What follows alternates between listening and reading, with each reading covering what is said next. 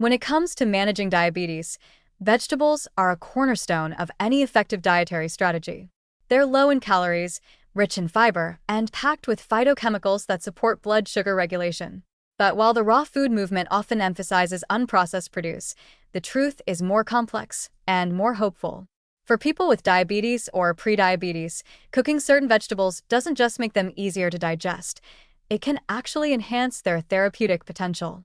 From reducing naturally occurring glycoalkaloids that may affect metabolism, to increasing the availability of antioxidants that combat oxidative stress, heat, when applied smartly, can turn everyday vegetables into potent tools in blood sugar management. Let's begin with solanaceous vegetables, a family that includes eggplant, tomatoes, and potatoes. These vegetables contain naturally occurring compounds called glycoalkaloids, such as solanine and thymidine, which can be irritating to the gut and potentially interfere with blood sugar regulation in high amounts. Cooking, especially baking, boiling, or roasting, significantly reduces glycoalkaloid content by breaking down the compounds and leaching them into cooking water or altering their structure at high heat. For people with metabolic sensitivity, including those managing diabetes, reducing glycoalkaloid exposure may help stabilize digestion and prevent subtle disruptions in insulin signaling. Now consider eggplant, a vegetable often overlooked in diabetes-friendly diets. When cooked, especially through methods like roasting or steaming, eggplant becomes more digestible and its antioxidant content, particularly nazeanin, found in the purple skin, becomes more accessible. Nazeanin and other polyphenol in eggplant have been shown to protect lipid membranes and help regulate glucose uptake by cells. Raw eggplant contains solanine, which is not ideal for sensitive individuals, but cooking eliminates this risk and transforms eggplant into a metabolic ally. Another standout is tomatoes. While raw tomatoes are healthy, cooking them increases the bioavailability of lycopene, a potent antioxidant linked to lower inflammation and improved insulin sensitivity. Lycopene combats oxidative stress, a major contributor to insulin resistance, and has been associated with reduced HbA1c levels in several observational studies. Simmering tomatoes into sauces or roasting them with olive oil not only unlocks more lycopene but also improves fat-soluble nutrient absorption, enhancing the impact of every bite. Carrots, pumpkin, and sweet potatoes, often flagged for their higher natural sugar content, can actually be quite diabetes-friendly when prepared correctly. Cooking these root vegetables breaks down some of their starches into simpler sugars, which seems counterintuitive, but the story doesn't end there. The real benefit lies in their glycemic load and antioxidant profile. When roasted or steamed until just tender, not mushy, these vegetables retain their fiber matrix, slowing glucose release into the bloodstream.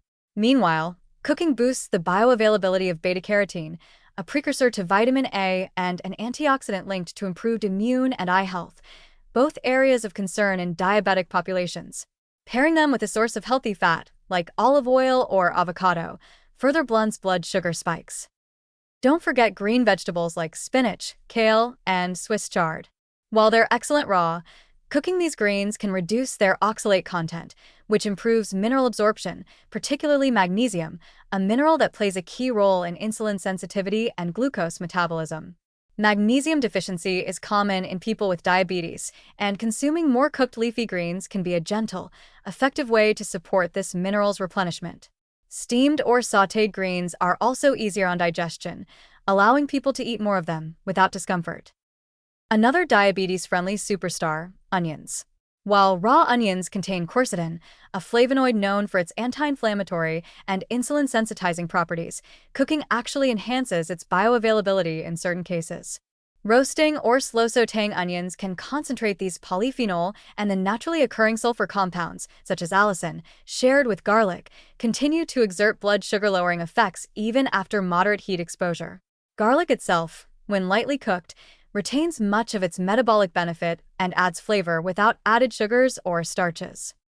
Importantly, cooking vegetables also tends to improve portion volume and palatability.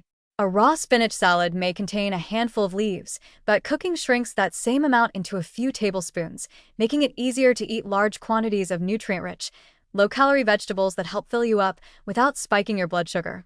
This satiety factor is key in diabetes management, where blood sugar stability and weight control often go hand in hand. The best part? Cooking doesn't mean boiling away all benefits. Gentle methods like steaming, roasting, grilling, and sautéing are ideal for preserving nutrients while enhancing digestibility and antioxidant release. Boiling, if used, should be done briefly and with the cooking water reused in soups or stews to retain any leached nutrients. So while raw food certainly has a place, cooked vegetables can offer a kind of metabolic precision that raw simply can't match. Heat softens plant structures, reduces compounds that interfere with digestion and insulin sensitivity, and enhances the very antioxidants that protect your pancreas and vascular system from long-term damage. For those managing diabetes, this isn't just a culinary tip, it's a therapeutic strategy. Smart cooking can turn everyday vegetables into tools that reduce inflammation, balance blood sugar, and support long-term metabolic health. Heat, used wisely, doesn't destroy nutrition, it unlocks it.